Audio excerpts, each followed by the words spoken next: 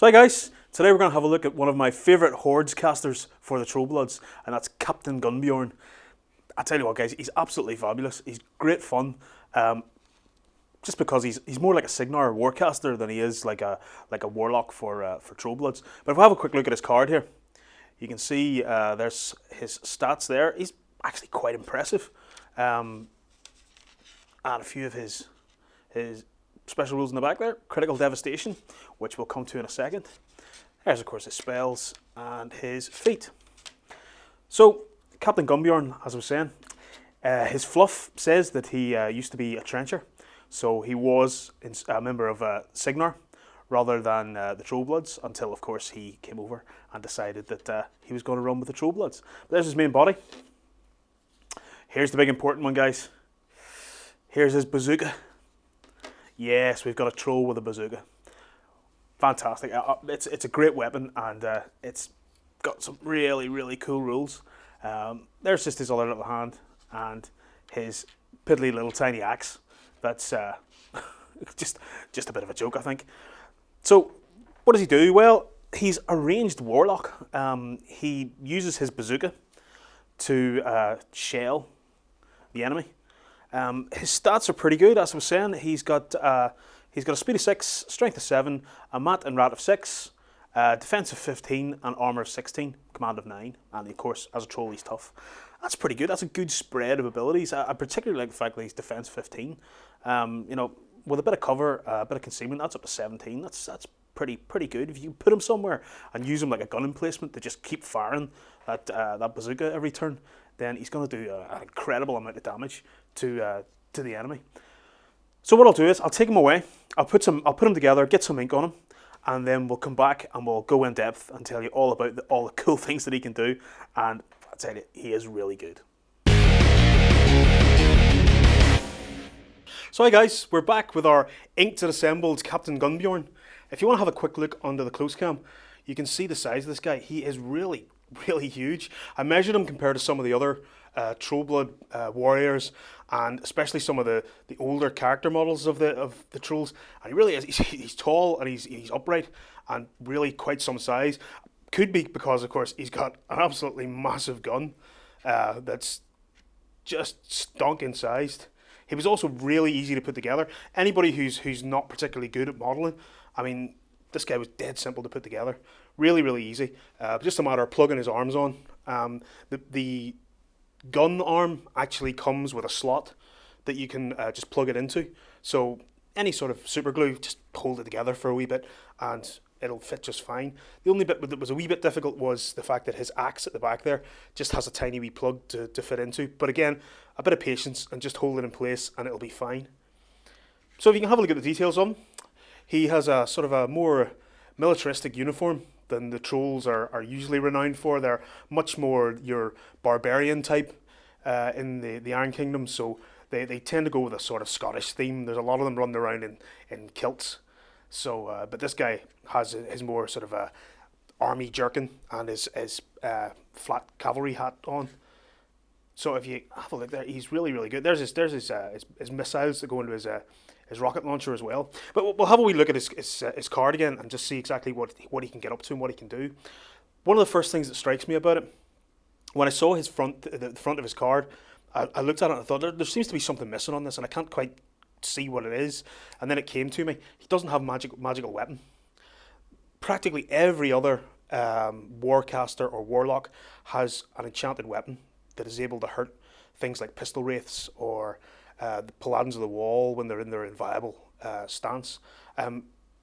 He doesn't have any of those. So in order for him to get a magical weapon to hurt something like that, he's going to have to cast one of his spells. And the first spell he has here is Explosivo.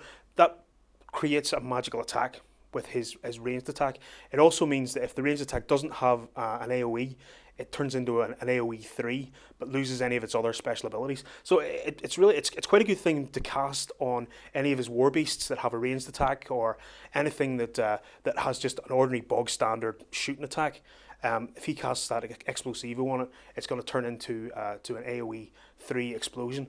One of the problems that you'll find is that one of the favourite ranged troll war beasts to take would be the Troll Impaler. However, The AoE does half the damage of the power of the weapon, and the Impaler's weapon doesn't have a huge power. Because it's a thrown weapon, most of the damage comes from the strength of the model and not from the power of the weapon. So the actual blast damage on the AoE isn't going to be very good, but it does make it a magical attack, so it's still worthwhile spending the one focus if you've got something to shoot with the Impaler spear. And of course you're going to get the slam effect on the spear as well if you can get that critical hit. Speaking of critical hits, the next ability that he has on his spells is Guided Fire. Guided Fire is so good. Guided Fire boosts all the attack rolls for ranged attacks for his battle group, which is any of the war beasts that he has with him. So that's going to be anything that has a ranged attack. You're talking Dire Troll Blitzers, you're talking the Dire Troll Bomber, the new guy with a big what do you call them? Kegs, the explosive bomb kegs that he throws, and the Dire Troll Impaler. They automatically get their boosted ranged attack roll, and that's all of them, and that's for every attack they make. So in the case of the Dire Troll Blitzer, who has a weapon that has it's a machine gun, so it makes more than one attack, that's all those attacks are going to be boosted, and it only costs him 3 focus to do, or 3 fury to do that. Pretty good. I mean, it's worthwhile if you've got lots of ranged beasts in his battle group to do that as often as possible. So then he's got Rockwall. Rockwall is a favourite of Gorton Grunback. If you see the Gorton Grunback video I did, he's the dwarf mercenary who makes a wall, effectively, that you can either push stuff into or you can hide behind. In this case, of course, he's mostly going to be hiding behind that or using it to stop the enemy from charging into his troops. It's good with ability. It only costs a couple of focus. You can place the wall anywhere, so it's not limited by accuracy rolls or damage rolls around that. You just place the wall. Pretty good. It gives him an extra few points of defense. If you have the wall in front of him, his defense is already pretty good at 15, so that's going to give you the extra +2 for people shooting at him. So he's 17 defense, hiding behind his wall, shooting his bazooka. Finally then, of course, he has Snipe. Snipe adds extra range on. However, he's the first troll warlock to get Snipe. Trolls can normally get the Snipe ability from the Impaler Warbeast, who has an animus called Far Strike, which gives the model Snipe. You can't double these up, of course, unfortunately, because they both have the same name. His spell is called Snipe. Far Strike gives you Snipe, so you can't have both of them at once to get +8 inches of range, but that would be very nice if you could. The bonus of having Snipe on your warlock is the fact that you can upkeep it. The Far Strike ability, the Far Strike animus on the Impaler, can't be upkept from turn to turn. You've got to just keep paying the cost for it at 2. He can cast Snipe and then upkeep it for 1. So it's pretty good. And like I say, it's the first time that something's got an upkept Snipe for trolls. That of course means that there's a new unit coming out called the Troll Sluggers. The Troll Sluggers have machine guns. Pretty much it's the same machine gun that comes on the Dire Troll Dire Troll Blitzer, sorry. And all these guys are going to get it. Snipe that unit, and suddenly those machine guns have quite an impressive range, and they fire a lot. So you can put out quite a few shots. Pity his Guided Fire spell doesn't affect units like that. It only affects his Warbeasts, but if you could, it would be absolutely monstrous. So just having another look then, his feat is Fortification. Fortification, everything in his control area, all his allies gain cover, and they can't be knocked down. So it's a bit like having the Sure-Footed ability, a Sure-Footed spell that the other warlock,